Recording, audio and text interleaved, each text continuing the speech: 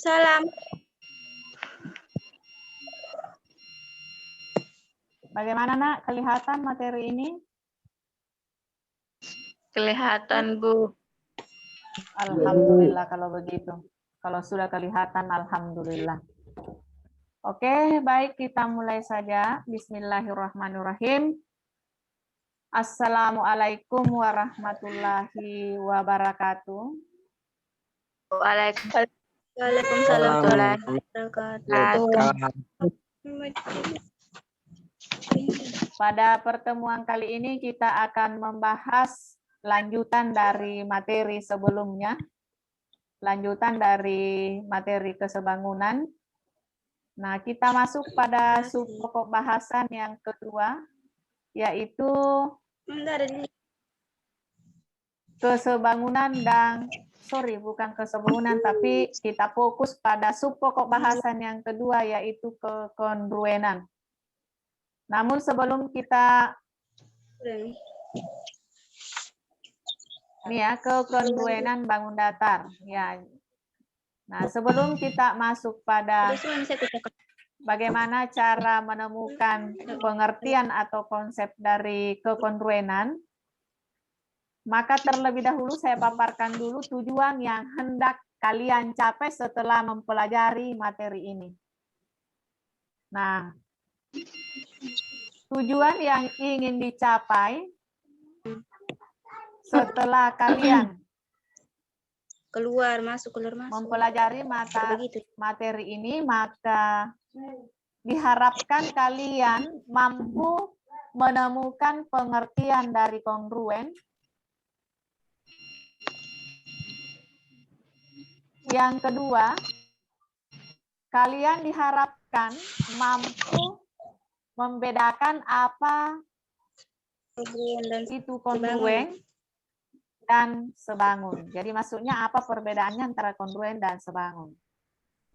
Kemudian yang ketiga, kalian diharapkan mampu menghitung panjang sisi bangun yang belum diketahui jika sisi-sisi yang lain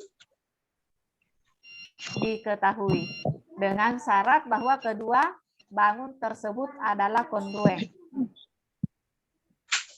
Baik, nah kita masuk pada pengertian kongruen. Pergi dulu pakai celana sayang.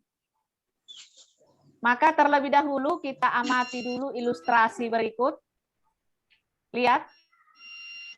Foto siapa kira-kira ini? Di gambar 1 dan gambar 2. Ya. Nah, di gambar 1 kita bisa bandingkan dengan gambar 2, bahwa ternyata ini gambar 1 dengan gambar 2, ini merupakan ilustrasi 2 dari gambar yang kongruen. Jadi ini ilustrasi antara ilustrasi kongruen, maksudnya ya, kedua gambar ini kongruen antara foto 1 dan foto 2. Kemudian berikutnya, gambar bangun, yaitu bangun datar, di mana bangun datar ini adalah persegi panjang, dan gambar yang keempat juga adalah persegi panjang. Kalau kita amati baik-baik, bahwa ternyata kedua bangun ini, kira-kira apa kesimpulan kalian dari ketika melihat bangun ini? Alif. Gambar 3 dengan gambar 4. Apa pendapat Anda ini? Gambar 3 dan gambar 4, Alif.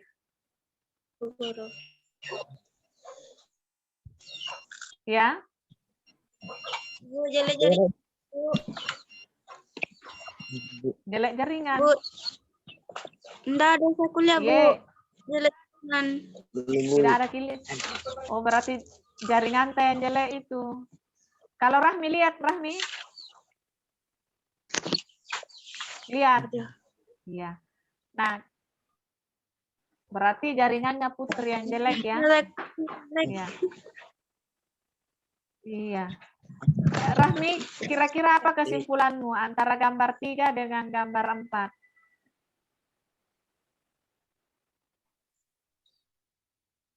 Rahmi. Ya, jadi ini gambar 3, Nak, dengan gambar 4. Sama ukurannya dengan gambar 3. Ya. Panjangnya sama, lebarnya sama, modelnya juga sama. Nah, tidak ada perbedaan dengan ukuran dan model ya. Cuma warna saja yang berbeda. Antara ini warna merah dengan warna biru ya. Yang warna merah berarti kedua gambar ini ilustrasi bahwa gambar tersebut adalah kongruen. Antara gambar 1 dan gambar 3 dan gambar 4. Ya, berikut. Gambar 5 dengan gambar 6. 4. Nah, gambar 5 ini dengan gambar 6. Nah, ini juga kategori kongruen. Kedua gambar ini berkategori kongruen. Nah, sama-sama segitiga sama sisi. Ya. Sama-sama segitiga sama sisi. Dia memiliki ukuran yang sama. Ya. Nah, inilah ilustrasi yang menggambarkan bahwa antara gambar 5 dan gambar 6 itu kongruen, gambar 3 dan gambar 4 kongruen, gambar 1 dan gambar 2 kongruen. Muncul pertanyaan, apakah gambar 1 dan gambar 3 kongruen? Jawabannya tidak. Kenapa? Karena tidak sama modelnya. Tidak sama modelnya. Sebenarnya ini gambar 1 dengan gambar 3 kalau kita perhatikan sama-sama persegi panjang. Nah, kenapa tidak kongruen? Ya, kenapa tidak kongruen? Karena gambar 1 ini ukurannya berbeda dengan ukuran pada persegi panjang yang ketiga di gambar 3 ini. Nah, apakah gambar 3 dengan gambar 5 kongruen? Jelas sekali tidak. Karena gambarnya berbeda, modelnya berbeda. Ya, jadi ukurannya berbeda. Bisa kita simpulkan bahwa bentuk dan ukuran berbeda. Makanya tidak disimpulkan bahwa dia adalah kongruen.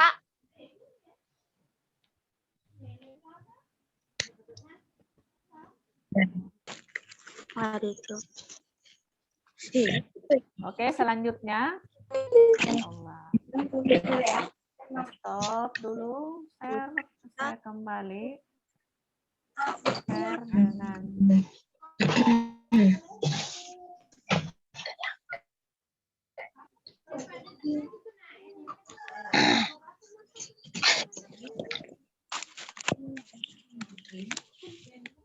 jaringan jeleknya, ya Allah. Ini. Ya, selanjutnya dari ilustrasi tadi bisa kita simpulkan bahwa dua bangun dikatakan kongruen jika kedua bangun tersebut memiliki bentuk dan ukuran yang sama. Oleh karena itu, dua bangun kongruen sudah pasti sebangun. Namun dua buah bangun sebangun belum tentu kongruen. Sebagaimana tadi saya jelaskan bahwa ya antara persegi panjang satu tadi, pada gambar 1 tadi dengan gambar yang ketiga ya, dia berbeda ukuran. Jadi dia cuma sebangun tapi dia tidak kongruen. Nah, berikutnya dari ilustrasi juga dapat ditemukan syarat bahwa dua bangun dikatakan kongruen jika sisi-sisi yang bersesuaian sama panjang dan sudut-sudut yang bersesuaian sama besar. Ya, jadi Besar. setelah kita dapat pengertian dari kongruen, kita juga bisa menemukan syarat-syarat dari kongruen, ya. Nah, di mana syaratnya ini ya, sisi-sisi yang bersesuaian sama panjang dan sudut-sudut yang bersesuaian sama besar. Ya, jadi yang mana yang dimaksud tadi itu sudut-sudut ya, yang mana bersesuaian, saya kembali lagi ke atas. Nah, jadi yang dikatakan bersesuaian tadi yang ini ya. Nah, misalnya di gambar 3, nah ini ya, lihat ini, panjang ini bersesuaian dengan panjang yang di bawah juga di sini ya. Oke. Kemudian panjang ini yang di atas bersesuaian dengan panjang di warna biru juga ini yang gambar 4 di yang bagian atasnya juga ya. Jadi anggaplah bahwa yang atas bersesuaian dengan yang atas.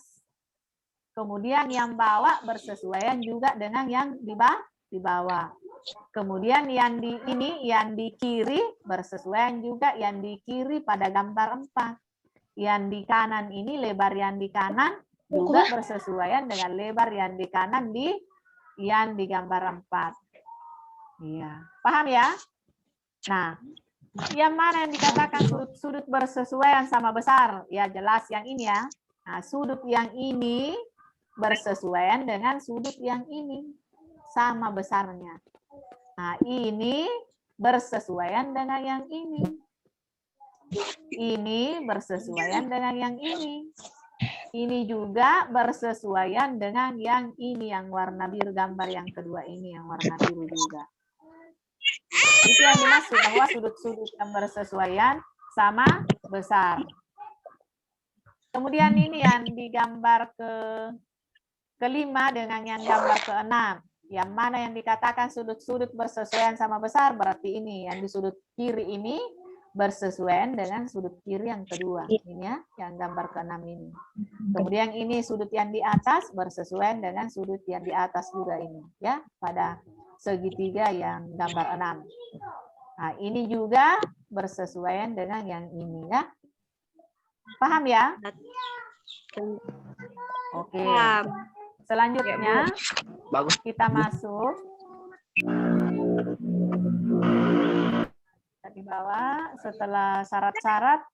Oke, kita masuk. Bagaimana cara menghitung panjang sisi bangun yang belum diketahui? Ya. Nah, kita amati dulu gambar berikut. Ini trapesium ya, trapesium ABCD kongruen dengan trapesium EFGH. Karena dia kongruen, nah timbul pertanyaan yang di bawah. Tentukan panjang HG. Atar jangan ribut Dina, mengajar dulu Ibu sayang. Nah, kita lihat karena dia kongruen, nah, yang mana bersesuaian? Perhatikan baik-baik, nah. Yang bersesuaian itu AB sama dengan EF. Berarti EF ini sama panjangnya dengan AB, berarti 12. Ya. Nah, berikutnya yang mana lagi bersesuaian? AD sama dengan FH. Karena FH 22, sehingga AB juga 22. Karena dia bersesuaian. Berikutnya mana lagi? BC Bu, dengan EG. Ye, kenapa nak? AG. Bisa ulangi Bu? Apa nak? BC karena keluar.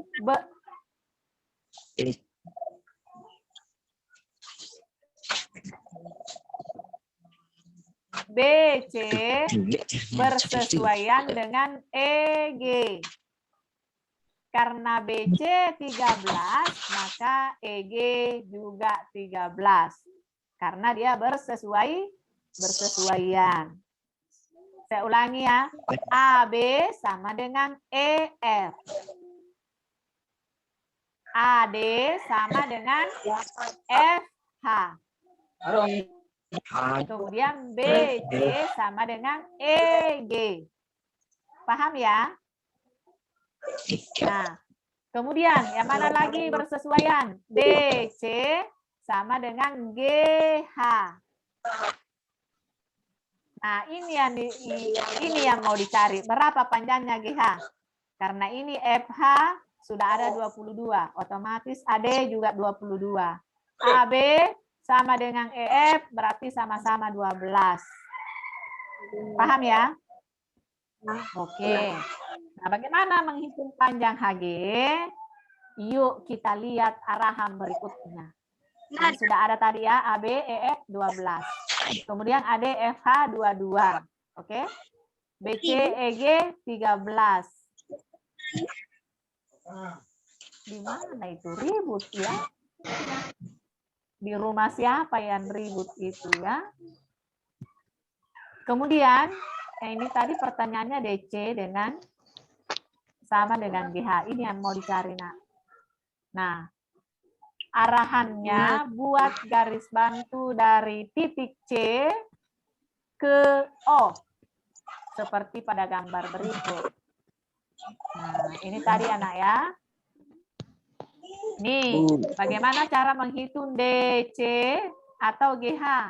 Buat garis bantu dari C ke nih di pembagi lurus ini turun membagi AD sehingga terbentuk AO OD. Jadi di sini ya, anggaplah saya kasih nama titik O. Tidak harus O ya. Kalau misalnya kalian mau memberikan nama titik lain boleh, yang penting jangan mengambil nama titik yang ada pada kedua bangun ini. Ya, jadi kebetulan saya kasih di sini O. Jadi C ke O. Nah, kita fokusnya dulu di ini ya, A, B, C, D. Jangan sampai Anda mengatakan, apakah tidak boleh fokus di sini? Boleh. Boleh ya. Boleh karena sama. Ya. Boleh juga di E, F, G, H. Buat garis bantu dari G ke H. Sehingga di sini beri nama titik lain. Boleh L, boleh. Bisa menjadi GL. Tapi kita fokus dulu di sini di pertama di gambar pertama saja ya. A, B, C, D. Sehingga setelah dibuat garis bantu, maka terbentuklah segitiga COD. COD. Terbentuk segitiga COD. Nah, karena ini OC, ini sama ya, berarti OC ini sama panjang dengan AB. Berarti OC ini adalah 12 cm. Ya, OC 12 cm. Karena ini sama panjang OC dengan AB.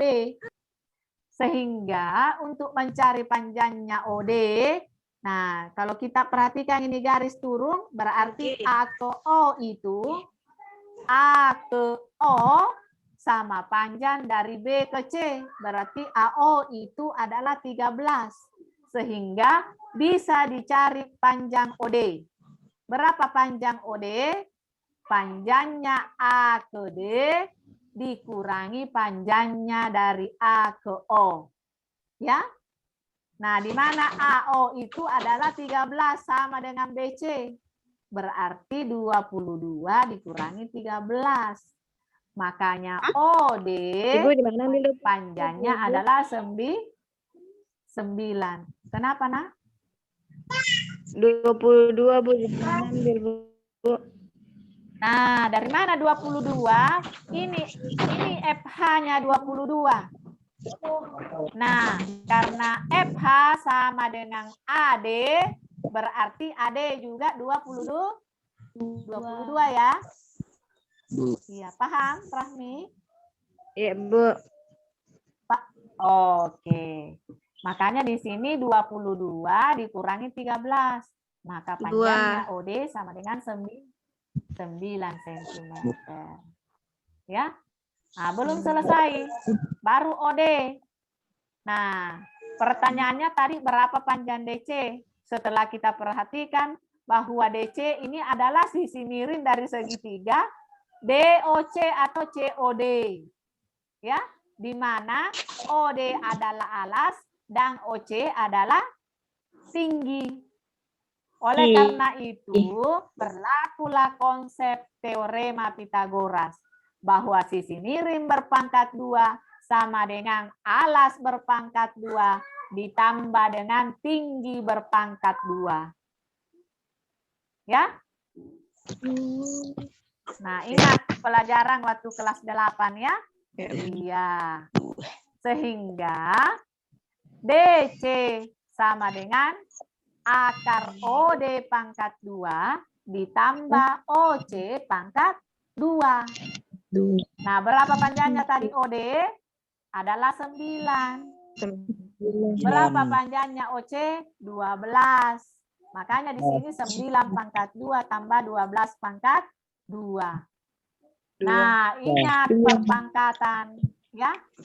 Iya, artinya 9 pangkat 2 9 kali 9. 9 kali 9 sama dengan 81. 12 pangkat 2 adalah 12 kali 12. 12 kali 12 adalah 144. Nah, setelah didapat hasil dari perpangkatan, maka di sini dijumlah 81 ditambah 144 sama dengan 225. Ingat lagi materi bentuk akar di semester pertama di kelas 9 ya. Waktu awal-awal naik kelas 9 masuk semester pertama. Ini materi pertama nak ya. Nah, akar 225 sama dengan 15. Ya, berapa kali berapa? Dapat 225. Ya, ingat perkalian bilangan yang kembar ya. Iya. Nah, berarti bisa juga dikatakan bilangan kongruen karena sama ya. Bilangan kongruen bisa juga kita menyimpulkan bahwa perkalian bilangan kongruen karena persis sama, yang persis sama ya, sama-sama besarnya. Ya, oke. Nah, bisa kita simpulkan bahwa DC sama dengan 15 cm. Otomatis tadi DC sama dengan GH, berarti GH-nya juga adalah 15 cm. Bagaimana sampai di sini? Sudah paham, Nak? Sudah paham? Bu. Oke, kalau begitu. Paham, Bu. Nah, kalau sudah paham, bagaimana paham tentang pengertian kongruen? Ya, Bu. Paham tentang pengertian kongruen? Ya, Bu. Ya, bisa membuat contoh sendiri. Oke, kalau begitu sampai di sini tidak ada pertanyaan sebelum kita masuk pada sesi evaluasi. Ada yang mau bertanya? Mumpung masih ada waktu Zoom.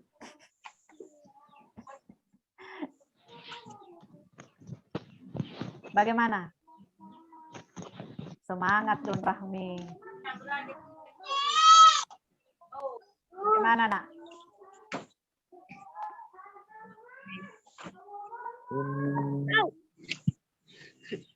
Ya, tidak ada pertanyaan sampai di sini, Nak? Tidak ada juga. Oke, kalau tidak ada, ya 10 menit lagi ini kita sudah dikasih pemberitahuan. 10 menit lagi waktu kita tersisa. Oke, baik kita masuk pada sesi evaluasi. Ternyata dia terstop screen tadi. Tidak bisa lagi goyang-goyang. Kita share kembali. Kalau begitu kita share kembali materi.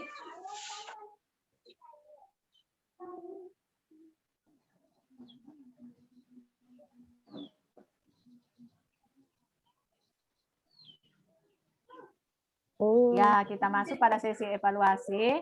Jawablah soal berikut dengan singkat dan jelas. Ringkas dan jelas. Pertama, tuliskan pengertian kongruen. Gampang ya, Rahmi. Sudah dijelaskan tadi ya. Indri Ayu Asmita. Paham ya? Berikut. Tuliskan perbedaan kongruen dan Iya, Bu. sebangun menurut Tadi. pendapat kalian. Iya, oke. Yang terakhir. Ya, Iya. tidak usah banyak-banyak ya.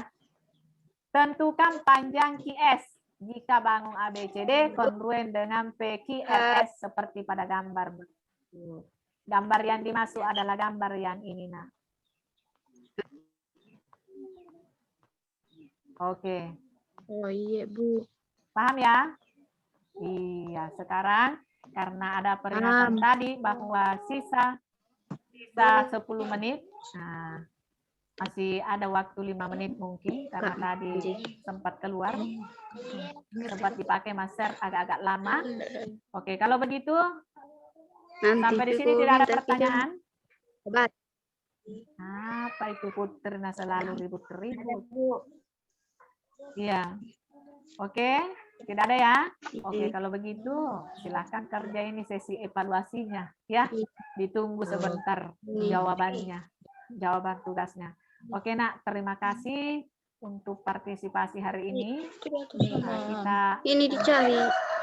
ya akhiri pertemuan pada hari ini dengan ucapan fastabiqul khairat. Wassalamualaikum warahmatullahi wabarakatuh. Semoga kalian selalu dalam lindungan Allah Subhanahu wa taala dan tetap sehat selalu. Amin. Sampai jumpa pada pertemuan berikut. Ada, Bu.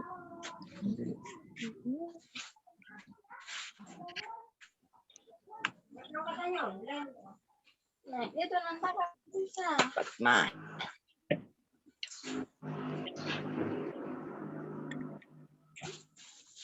Hey.